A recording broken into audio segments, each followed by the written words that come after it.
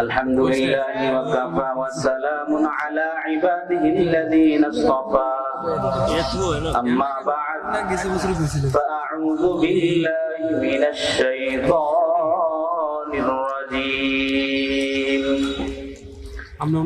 بسم الله الرحمن الرحيم والعصر إن الإنسان لفي خسر إلا الذين آمنوا وعملوا الصالحات وتواصوا بالحق وتواصوا بالصبر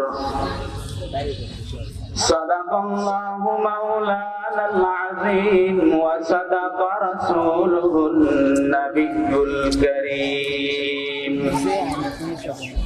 ونحن على ذلك من الشاهدين والشاكرين والذاكرين والحمد لله رب العالمين اللهم صل على محمد وعلى آل محمد كما صليت على إبراهيم وعلى آل إبراهيم إنك حميد مجيد اللهم بارك على محمد وعلى آل محمد كما باركت على إبراهيم وعلى آل إبراهيم إنك حميد مجيد الحمد لله ঐতিহ্যবাহী বিদ্যাপীঠ জামিয়া ইসলামিয়া ইব্রাহিমিয়া উজানি মাদ্রাসার বাৎসরিক মাহফিলের প্রথম অধিবেশনের স্টেজে উপস্থিত হযরতুল উস্তাদ শাইখুল হাদিস জনাব হযরত মাওলানা আল্লামা আব্দুর রহমান হাফিজাহুল্লাহ। আমি সর্বপ্রথমে হযরতের জন্য দোয়া চাই, আল্লাহ যেন হযরতকে এবং এই মাদ্রাসার সকল শিক্ষক বৃন্দদেরকে হায়াতের মধ্যে বারাকা দান করে আমাদের উপরে তাদের ছায়াকে দীর্ঘায়িত করে।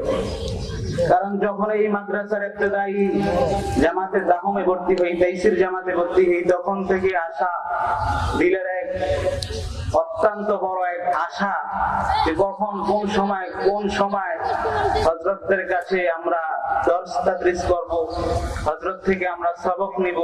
আলহামদুলিল্লাহ ধারাবাহিকতায় আল্লাহ রাব্বুল আলামিন আমাদের সেই আশাকে কবুল করে হযরতের সামনে বসার তৌফিক দান করেছেন।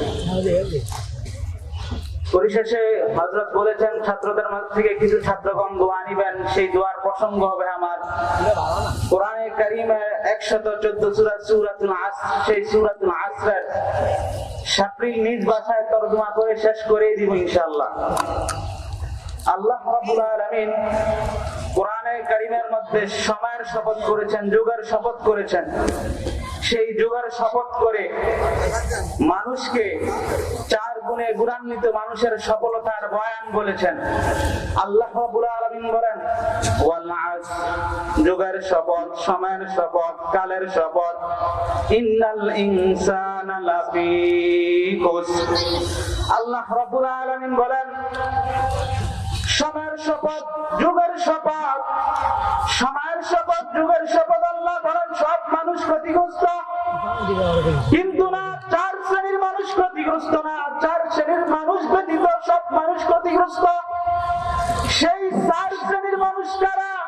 আল্লাহ রাব্বুল আলামিন এই সূরার মধ্যে স্পষ্ট জানিয়ে দেন ইল্লাল্লাযীনা আমানু, যারা ঈমান এনেছে তারা ক্ষতিগ্রস্ত না। ওয়া আমিলুস সালিহাত, যারা সৎ কাজ করে, ভালো কাজ করে, আমলে সালেহ, শরীয়তের অনুমোদিত যত কাজ আছে সেই সব কাজ করে, তারা হলো ক্ষতিগ্রস্ত মুক্ত সফলতা।